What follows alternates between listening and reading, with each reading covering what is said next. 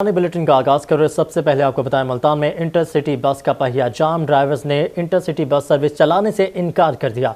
School और दफातर जाने वालों को मुश्किलात का सामना। तनख्वाहों और बोनस की अदम अदायगी के पर वीडा बस ड्राइवर्स का एहतजाज। ड्राइवर्स का डेराडा चौक पर मुजाहरा जारी है। आपको अपडेट करेंगे। मुल्तान में इंटरसिटी बस का पहिया जाम है। ड्राइवर्स ने इंटर बस सिटी सर्विस चलाने से इनकार कर दिया। स्कूल और दफातर जाने वालों को मुश्किलात का सामना है, जबकि ड्राइवर्स का कहना है कि तनख्वाहों और बोनस की अदम अदायगी तक यह एहतजाज जारी रहेगा। ड्राइवर्स का डेराडा चौक पर मुजाहरा भी जारी है। मजीद तफसीलात जानेंगे अली रियाज से। अली, अपडेट कीजिएगा, इस हवाले से क्या कहना है मुजाहिरीन? जी बिल्कुल, मैं सब मौजूद हूँ मुल्तान के डेरे अड्डे पर और यहाँ पर जो वीडा बसेस के जो ड्राइवर है उनकी जानिब से मुकम्मल तौर पर हड़ताल जारी है। आज सुबह से ही इन्होंने जो गाड़ियाँ हैं वो नहीं चलाई और उनकी जानिब से रोड पर भी यहाँ पर एहतजाज जारी है। उनका मुतालबात ये हैं कि वीडा बसेस जो सर्विस है उनमें जहाँ ये मुलाजमत कर रहे हैं वहाँ पर एक तो इन्हें इनकी तनख्वाहें जो हैं वो खासी कम मिल रही हैं और कई महीनों से इनकी तनख्वाहें भी रुकी है, जबकि दूसरी जानिब तनख्वाहों के साथ साथ जो अलाउंस है और जो बोनस है वो भी इनको नहीं दिया जा रहा है। बाकी मज़ीद क्या इनका मुतालबात है, मुजाहिरीन ड्राइवर मेरे साथ मौजूद है। क्या आपके बेसिक मुतालबात है, क्या मसले हैं आप लोगों के साथ? अस्सलाम वालेकुम। पहले तो मैं आप मीडिया का बहुत ज़्यादा शुक्रगुजार हूँ जो हमारे लिए आए इस तपती धूप में। भाईजान, जब से ये गाड़ियाँ चली हैं हमारे साथ जुल्म पे जुल्म किया जा रहा है। पहला जुल्म तो ये वीडा ने हमें अपने पास नहीं रखा। एक सफाई वाला जो अपने पास रख लिया, हमें ठेकेदार को दे दिया है। ठेकेदार 5 साल हो गया मुझे यहाँ मुलाजमत करते हुए, ठेकेदार की शक्ल नहीं देखी मैंने। हर महीने हम कमा के उसकी जेब में डाल रहे हैं। पता नहीं कौन है अतर एंड कंपनी के नाम से ये चल रही है। पता नहीं कौन है अतर, आज तक मैंने नहीं देखा। खुदा रहा मेरे घर में खाने को कुछ नहीं, मेरे छोटे छोटे बच्चे हैं, दूध के पैसे नहीं दिए यार मेरे पास। इतना जुल्म इस कंपनी कह रहा हूँ मैंने नहीं देखा यार, इतना जुल्म। खुदा रहा ये हमारी तनख्वाह नहीं दे रहे, ईद पे तनख्वाह नहीं दी यार, ईद पे ड्यूटी की है मैंने, मेरे बच्चे भूखे रहे क्यों, मेरे ईद नहीं दी यार। इतना जुल्म करते हैं ये लोग, खुदा रहा इनको समझाए या तो हमें जहर दे दे यार। तनख्वाह भी नहीं बढ़ाई। वज़ीर आला से मेरी खुसूसी अपील है कि आए हमारे मुतालबात सुने, इन जालमों से हमारी जान छुड़ाएं। और नवाज शरीफ तो चले गए ठेके पे दे के, आप आए हमारे मुतालबात सुने, हमारे को बताएं कि हम मुलाजिम किसके हैं। वीडा कहते हैं हम हमारे मुलाजिम नहीं हैं, अतर को हमने देखा नहीं है, हम कहाँ जाएं, खुदकशी करें। 2 महीने से तनख्वाह रुकी हुई है यार। 2 माह से तनख्वाहें रुकी हैं और ये यहाँ पर सूरत हाल है खासे अदम अदायगी पर सलाह हैं। बहुत शुक्रिया अली रियाज, आपने अपडेट किया। उधर मुल्तान इंस्टीट्यूट ऑफ कार्डियोलॉजी में तैनात निजी कंपनी के सिक्योरिटी गार्ड्स 3 माह से तनख्वाहों से महरूम है। मज़ीद तफसीलात जानेंगे माजिद क्लासरा से। माजिद, अपडेट कीजिएगा इस हवाले से। हाँ जी बिल्कुल, अलुमरा कंपनी के जो सिक्योरिटी गार्ड हैं जो कार्डियोलॉजी में जो है वो नौकरी के फ़राइज़ सारे अंजाम देते थे, उनको जो है वो नौकरी से भी निकाल दिया गया और इसके साथ साथ जो 3 मंथ की तनख्वाहें हैं वो भी नहीं दी गई। दूसरी जानब ये जो मुलाजमीन हैं वो सरापा एहतजाज है, कार्डियोलॉजी के गेट नंबर 3 पर जो है वो एहतजाज करें। उनका कहना था कि 3 महीने की जो हमारी तनख्वाहें हैं वो भी हमें नहीं दी गई और इसके साथ साथ जो सिक्योरिटी गार्ड की अगर तादाद की बात करें तो 66 सिक्योरिटी गार्ड ऐसे हैं जिसको अलुमरा कंपनी की जानिब से जो है वो नौकरी से निकाल दिया गया और उनको किसी किस्म की जो है वो तनख्वाहें नहीं दी गई। इससे एहतजाज जारी है। उनसे हम बात भी करते हैं। जी सर, क्या कहेंगे, क्या मुतालबात हैं? अलुमरा कंपनी की जानिब से आपको नौकरी से निकाला गया है, कितनी आपकी तनख्वाहें बाकी हैं? तनख्वाहें जी ना 2.5 महीने की है, तकरीबन 3रा महीना शुरू हो गया, अभी तक हमें तनख्वाह नहीं मिली। छोटे छोटे बच्चे हैं, तनख्वाह का मुतालबा करते हैं तो वो कहते हैं जी है ना वो चेक ले गए हैं, वो ये ले गए हैं और वो ले गए। एमएस साहब कहते हैं जी चेक हमने इनको दे दिया कंपनी वालों को, और वो कहते हैं कि जी हमें अभी तक चेक नहीं मिला। हम गरीब आदमी हैं, हम क्या करें जी, छोटे छोटे। जी आप क्या कहना चाहेंगे, क्या ज़िले इंतज़ामिया हुकूमत पंजाब से क्या मुतालबा करते हैं? सर यही कहते हैं, एक तो हमारी तनख्वाह सिर्फ 12,000, उसमें हम घर कैसे मैनेज करें? अगर मैनेज भी करें तो दो महीने की 3 महीने की तनख्वाहें रुक जाती हैं। कहाँ मैनेज करें? राशन मैनेज करें, बिल मैनेज करें। जब मीटर कट जाएगा तो उसको क्या मैनेज कर सकते हैं, किस तरह से मैनेज करें? जब भी इनसे बात करें तो ये कहते हैं बस दे देंगे। 2 महीने कुछ भी नहीं दिया। मीटर कट चुका है, बच्चों का राशन ख़त्म हो चुका है। अब सैलरी का मुतालबा किया तो गेट से बाहर निकाल दिया कि आप हमारी तरफ से फारिग हैं, तो कहाँ जाएं हम? तो आपको अब अंदर जाने की इजाज़त है? हमें अंदर जाने की भी इजाज़त नहीं, हमें कहा कि अंदर नहीं आना। हमारी मोटरसाइकिलें भी अंदर हैं, अंदर हमें मना कर दिया गया। हमारा कसूर सिर्फ यही है कि हमने तनख्वाहें मांगी है, अपना हक मांगा है। हक मांगने की हमें इजाज़त नहीं है। हक मांगे तो उन्होंने हमें बाहर निकाल के फेंक दिया। 1.5-2 साल से हम यहाँ खिदमत कर रहे हैं, उसके रिफ़ंड में हमें क्या मिला है कि निकाल के धक्का बाहर। मोटरसाइकिल भी जी आप बताइए। हमारे मोटरसाइकिलों के लिए भी कहते हैं अंदर नहीं घुसो, आप लोगों को मोटरसाइकिल भी नहीं मिलेंगे। हम तनख्वाह मांगते हैं तो हमारे तशद्दुद करते हैं, आप गेट से बाहर चले जाओ। किराए के घर हैं हम कहाँ। हाँ जी बिल्कुल, अल उमरा कंपनी के जो सिक्योरिटी गार्ड हैं वो सरापा एहतजाज हैं और ज़िला इंतज़ामिया और पंजाब हुकूमत से मुतालबा कर रहे हैं कि उनको जो है वो जल्द अज जल्द इंसाफ दिया जाए। उनकी 3 मंथ की जो तनख्वाहें हैं वो नहीं दी गई। वो काफ़ी हद तक जो है वो ये मुतालबा भी कर रहे हैं कि 3 मंथ की तनख्वाहें अब हमारा अस्पताल में अंदर जाना भी जो दाखिला है ममनू कर देगा। हमारे मोटरसाइकिल भी जो है वो अंदर मौजूद है और वही इस हवाले से काफ़ी जो है वो तशवीश में मुब्तला है कि आया कि उनकी जो 3 मंथ की तनख्वाहें उनको क्यों नहीं दी जा रही और उनको एक तो नौकरी से भी निकाल दिया गया। और मुतालबा कर रहे हैं पंजाब हुकूमत से, ज़िला इंतज़ामिया से कि उनके जो मुतालबात हैं उनकी जो उनको हल किया जाए। सिक्योरिटी गार्ड भी सरापा एहतजाज हैं। बहुत शुक्रिया माजिद, आपने अपडेट किया। शहर के कदीम मुकाम अलंग पाक गेट के गिर्द कचरे के ढेर हैं। शहरियों ने पाक गेट अलंग के बाहर पड़े गमलों को कूड़ादान बना लिया। वॉल सिटी अथॉरिटी ने 50 से ज़्यादा गमले तो रखे लेकिन पौधे लगाना भूल गए। मज़ीद तफसीलात जानेंगे, हमारी नुमाइंदा सुहेरा तारिक हमें अपडेट करेंगे। सुहेरा बताइएगा इस हवाले से। जी बिल्कुल, मुल्तान एक तारीख़ी और सकाफ़ती हैसियत रखने वाला शहर है और यहाँ का जो अंदरून शहर है वो अपने अंदर बहुत सी तारीख़ों को समोए हुए है। मुल्तान का जो अलंग है पाक गेट, यहाँ पर कई अरसे से हम रिपोर्टिंग भी कर रहे थे, आपको दिखा भी रहे थे कि कचरे के ढेर लगे हुए थे, लेकिन अब इंतज़ामिया को जो है वो होश आ गया है और वॉल्ट सिटी जिस तरह से मुख्तलिफ़ मनसूबों पर काम कर रही है, इस रोड को भी खूबसूरत बनाने के लिए यहाँ पर बड़े बड़े गमले रख दिए गए हैं। तकरीबन 50 से ज़ायद गमले रखे गए हैं जहाँ पर फूल सजाए जाएंगे। यहाँ कुछ शहरी हैं हमारे साथ, आप बताएंगे कि इस इक़दाम से आप खुश हैं? हाँ जी बिल्कुल खुश हैं। नदीम कुरैशी साहब ने पहले यहाँ बड़ी सफाई करवाई है, तो फिर उन्होंने गमले शमले रखवाए खूबसूरती के लिए, लेकिन ऊपर वाले जो है ना ऊपर बैठते गमलों के अंदर गंद फेंकते रहते हैं। उल्टा ये ना सफाई उल्टा ये ना काम ख़राब होता जा रहा है। आप कुछ हमें अपील है कि नदीम कुरैशी से भी अपील करते हैं कि इनका कोई बाल सिटी वालों को कहें कि यह फटाफट इनका काम करवाएं, खूबसूरती लिखाएं। जितना पैसा लगा हुआ इस तरह तो ये भी गायब हो जाएंगे जैसे यहाँ के लोग हैं, बीच में गंद डालते रहते हैं। कोई सफाई का कोई सानी हाल ही नहीं है यहाँ कोई। ठीक है जी, आप क्या कहना चाहोगे? यहाँ से गुजरते हैं, जब यहाँ पे खूबसूरती होगी तो अच्छी लगेगी? जी अच्छी लगेगी, बहुत प्यारी लगेगी, बल्कि रोड भी आप उस पर खूबसूरत हो जाएगा, इस जगह का बहुत लेवल में हो जाएगा।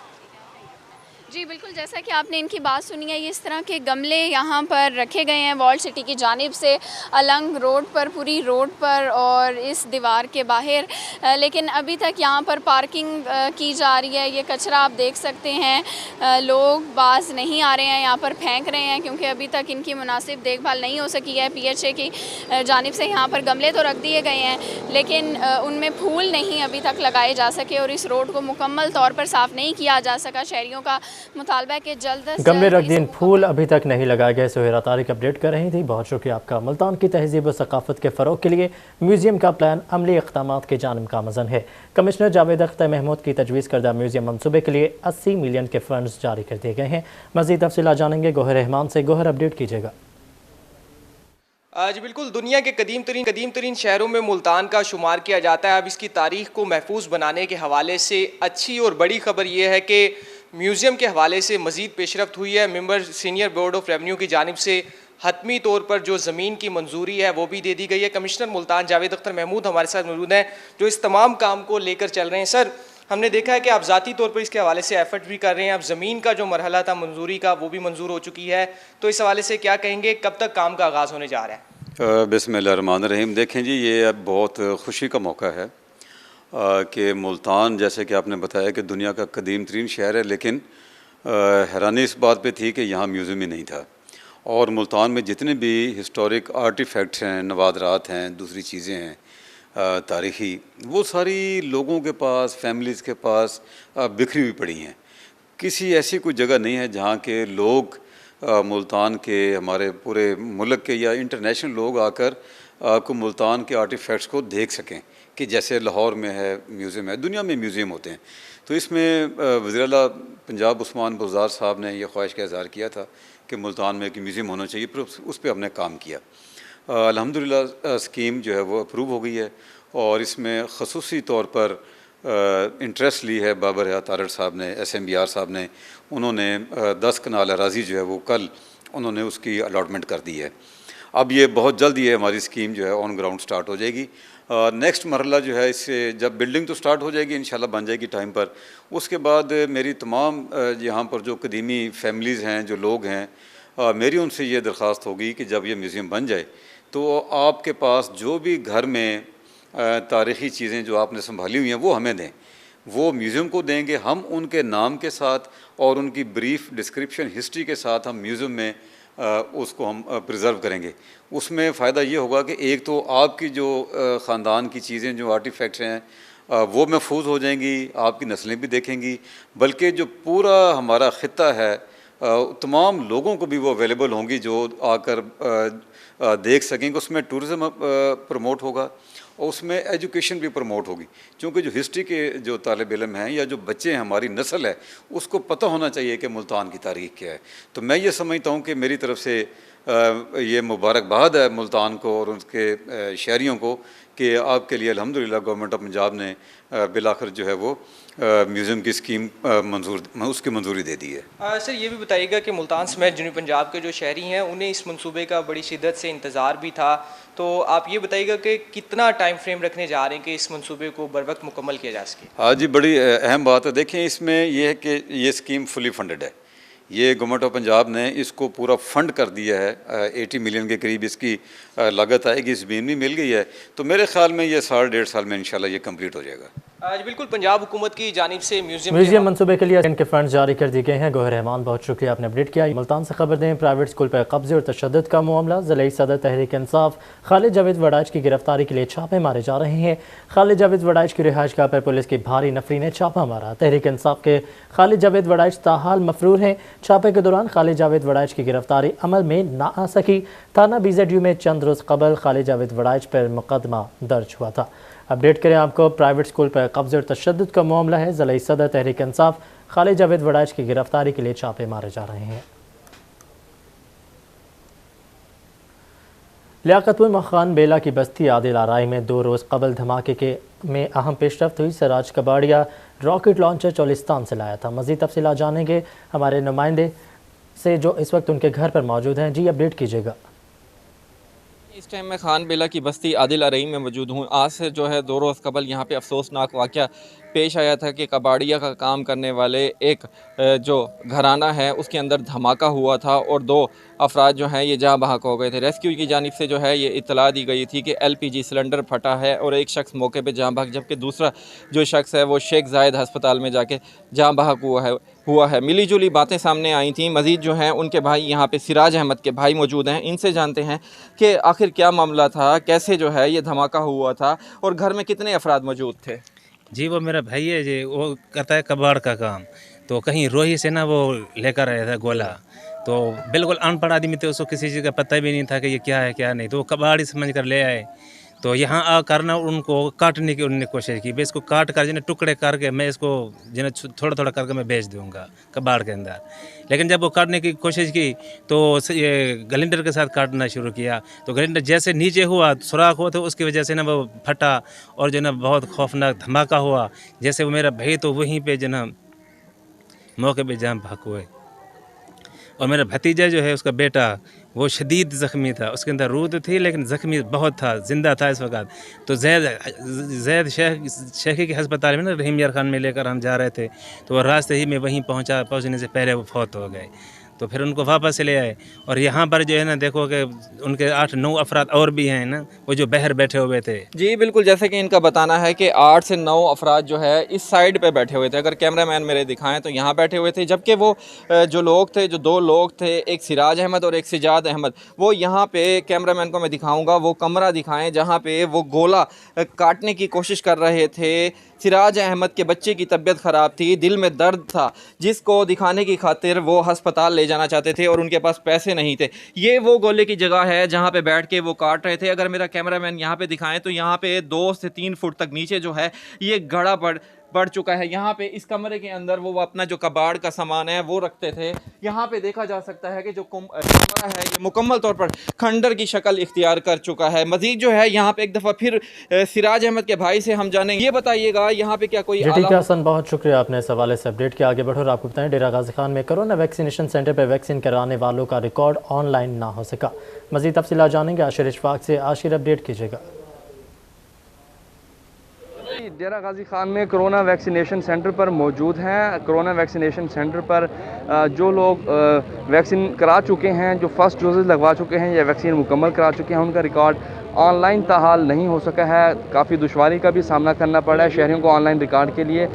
ऐसे लोग भी यहाँ पर मौजूद हैं जो 1 माह से वैक्सीन तो करा चुके हैं लेकिन इनका ऑनलाइन रिकॉर्ड नहीं हो सका। इनसे बात करेंगे। कितना अर्सा आपको हो चुका है, क्या कहना चाहेंगे? पिछले महीने की 11 तारीख को मैंने लगवाई थी, अभी तक वो दर्ज नहीं हुई है। वो अंदर जाते हैं, कोई कहता उधर जाओ, कितने दिन हो गए आते हैं, दर्ज ही नहीं होती है। हाँ जी, आपको कितने दिन हुए वैक्सीन कराए? 1 हफ्ता हो गया है। कभी 2-3 बार आए हैं। वो जिधर जाते हैं वो बोलते हैं उधर जाओ, वो बोलते हैं उधर जाए।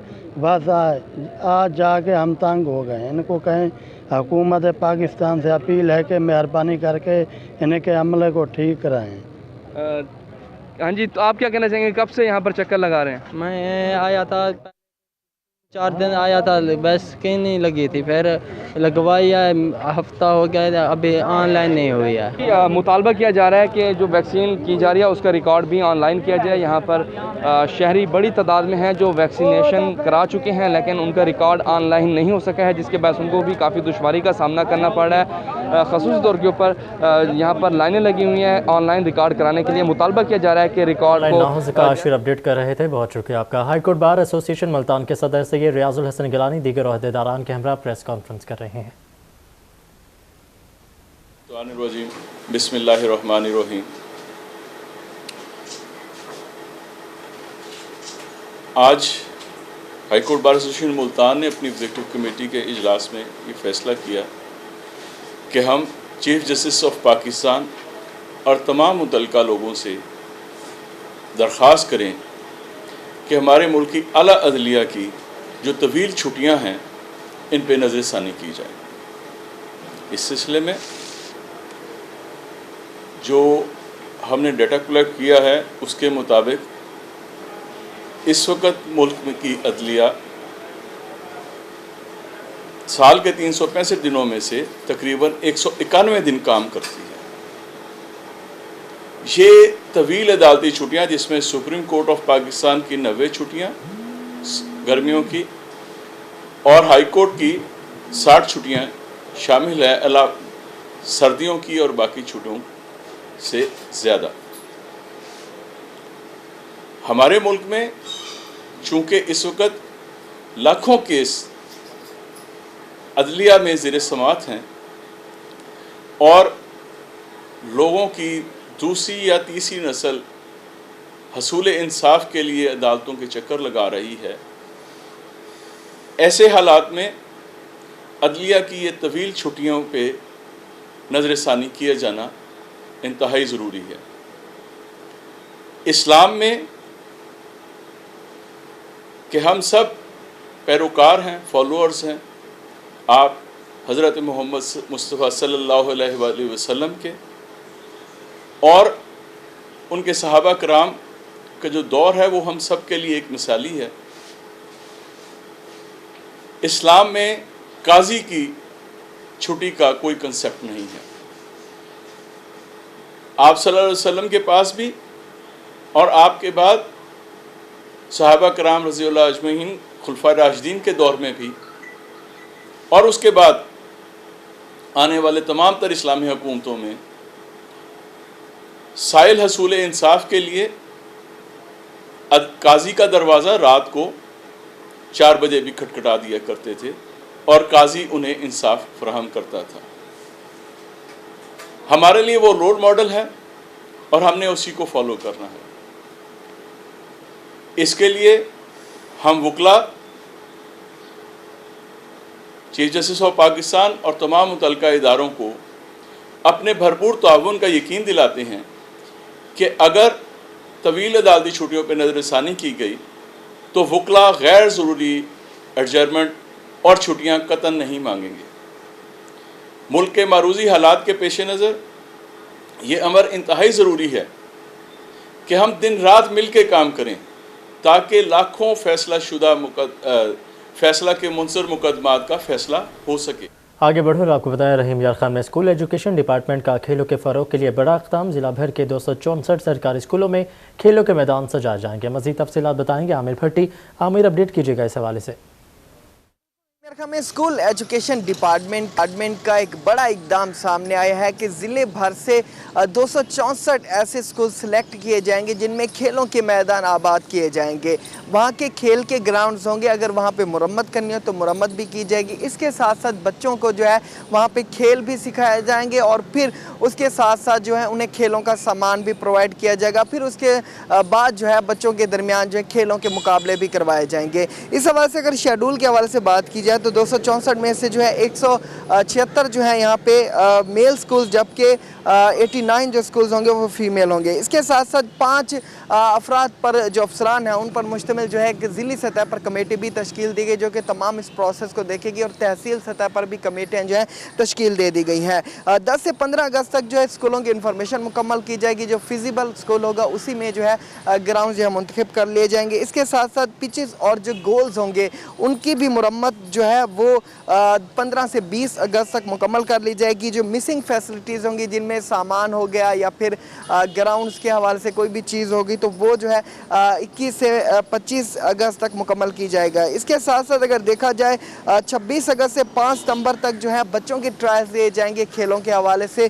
फिर उसके बाद टीमें तश्कील दी जाएंगी और 6 से 14 सितंबर तक जो है बच्चों के दरमियान, स्कूलों के दरमियान जो है फ्रेंडली मैचेस खेले जाएंगे और 15 सितंबर से जो है बाकायदा तौर पर स्पोर्ट्स का जो है टूर्नामेंट्स का इनेकाद किया जाएगा। इसका मकसद ये है कि खेलों में आप जो खेल के मैदान आबाद 15 खेलों के टूर्नामेंट का आगाज़ किया जाएगा। आमिर भट्टी अपडेट कर रहे थे, बहुत शुक्रिया। तो बताएं बहावलपुर के मुख्तलिफ इलाकों में कपास पर मिली बग का हमला शुरू हो गया। मज़ीद तफसीलात जानेंगे अतर लाशारी से। अतर अपडेट कीजिएगा। जी, कपास की बात करें तो कपास के ऊपर इस दफ़ा एक दफ़ा फिर जो मिली बग का हमला है वो रिपोर्ट हो रहा है और बड़ा ख़तरनाक हद तक ये जो है वो रिपोर्ट हो रहा है। ये जो पौधे हैं बिल्कुल सफ़ेद हैं मिली बग से, इन्हें नीचे से लेकर ऊपर तक जो है वो बिल्कुल मिली बग ने घेरा हुआ है। ज़रा जो काश्तकार हैं उनसे पूछते हैं कि क्या वो इसके लिए कर रहे हैं और महकमा जो है वो कितना सपोर्ट उनको कर रहा है। जैसे सोचें क्या हालात हैं इन दफ़ा को मिली बग दे सही मिली विभाग के हालात ही हैं हूँ अगे शाम को असां आने कोई बूटियां को हिक होंदी है जिले सवेरे आने हैं वो डाह को चिमड़ी भी होंगी है। हालांकि ये चाहिए महकमा ज़राअत वाले कोई था आवन कपास चेक करें उनकी हालात साकू दसावन भाई फलानी स्प्रे करो या कोई चीज़ तुसा वो इस्तेमाल करो ये मिली बग हट वैसी सारी गुंदा जी साकू कोई आदे फलाना पाउडर करो या परवीनोफास स्प्रे कर दो कोई डेल्टा फास आदन कोई बैर की दवाई अस जिमें करें उन्होंने कोई असर क्या नहीं पिया। पिछले साल इसी बहु ऐदका भी हूँ तुहाडे सामने हेडे गिनो जो हालात तुहाडे सामने खड़े कम वधदा वेंदे घटदा नहीं। मिसाल है गरीब आदमी है 50-60 हज़ार मुस्ताजरी है। DAP की खाद देखो 5,500 की मिलती पई है हूँ 6,000 की आखिर थी गई है। यूरिया खाद ला गिनो नाइट्रोफास खाद ला गिनो ट्यूबवेल दे पानी है बिल ये परेशान साकू मिली भाग दी कोई साकू समझ नहीं आती कोई दवाई नहीं साकू सही मिलती भाई। मिली बाग की कोई दवाई जो है वो सही नहीं मिल रही और ना ही महकमा ज़राअत इनको कोई आगाही दे रहा है। कार परेशान है लाशारी अपडेट कर रहे थे, बहुत शुक्रिया। आगे बढ़ो, आपको बताएं हज़रत उमर फ़ारूक रज़ी अल्लाह ताला अन्हु का यौम शहादत आज अक़ीदत व एहतराम के साथ मनाया जा रहा है। वो आलिम इस्लाम के दूसरे खलीफा और अशरा मुबशरा में शामिल हैं। फ़ौज का क़याम, अदल व इंसाफ, मजहबी खदमात उनके नुमाया कारनामे थे।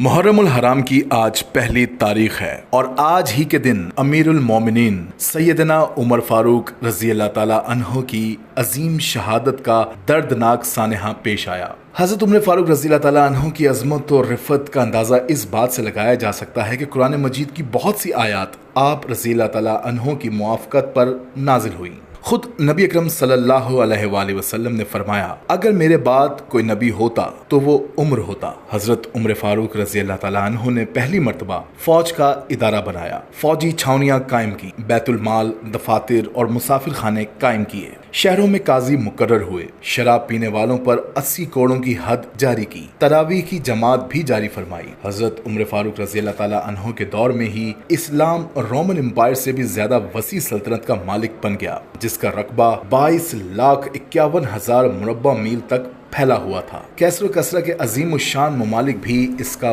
विरसा थे। यकम मुहर्रमुल हराम हज़रत उमर फ़ारूक रज़ी अल्लाह ताला अन्हु का यौम शहादत जामपुर में वफ़ाक़ुल मदारिस अल अरेबिया के ज़रिए एहतमाम रैली का इनेकाद किया गया। रैली डैम्स गेट से शुरू होकर ट्रैफिक चौक पर अख्ताम पजीर, जिसकी क़यादत डिविजनल तर्जुमान वफ़ाक़ुल मदारिस अल अरेबिया सैयद अकबर शाह ने की। आपको बताते चले कि यकम मुहर्रमुल हराम के हवाले से हज़रत उमर फ़ारूक रज़ी अल्लाह ताला अन्हु का यौम शहादत आज मनाया जा रहा है। मज़ीद तफ़सीलात जानेंगे अपने नुमाइंदे जावेद इकबाल से। जावेद, बताइएगा इस हवाले से। यकम मुहर्रम हराम का आगाज़ हो चुका है और इस हवाले से आज जो है हज़रत उमर फ़ारूक रज़ी अल्लाह ताला अन्हो के हवाले से जो है शहादत के हवाले से आज एक मुतालबाती जो है रैली निकाली गई, जिसकी क़यादत जो है वफ़ाक़ुल मदारिस के डिविज़नल तंजीम अल अरबिया के जनाब गुलाम अकबर ने की। इस वक्त हमारे साथ मौजूद हैं, हम उनसे पूछते हैं। बिस्मिल्लाहिर्रहमानिर्रहीम। मकसद सिर्फ यही है, मजहबी तौर पर, अक़ीदत के तौर पर हम सहाबा किराम को मानने वाले, और सहाबा किराम के बग़ैर दीन मुकम्मल नहीं है। सैयदना फ़ारूक आज़म रज़ियल्लाहु ताला अन्हु की जो है शहादत, उनके मौका पर आज यकम मुहर्रम को शहादत हुई, तो इस मौका पर हम ये दिखाना चाहते हैं कि वो हमारे मोहसिन थे, बल्कि मोहसिन आज़म थे सहाबा किराम की जमात में। हम उनका यौम सरकारी तौर पर मनाएं और आज के दिन तातील होनी चाहिए। सिर्फ मुतालबा ये है कि हम खुलफा राशिदीन को मानें और उनकी खिदमात को देखते हुए उनके अयाम सरकारी तौर पर मनाए जाएँ। जी बिल्कुल, आज की रैली का जो मकसद था वो ये था कि खुलफाए राशिदीन के जो शुदा हैं उनको उनके हवाले से भी जो सरकारी तातीरात का। जी ठीक है जावेद इकबाल, बहुत शुक्रिया अपडेट करने के लिए। और इसी के साथ न्यूज़ स्टूडियो से फिल वक्त इतना ही।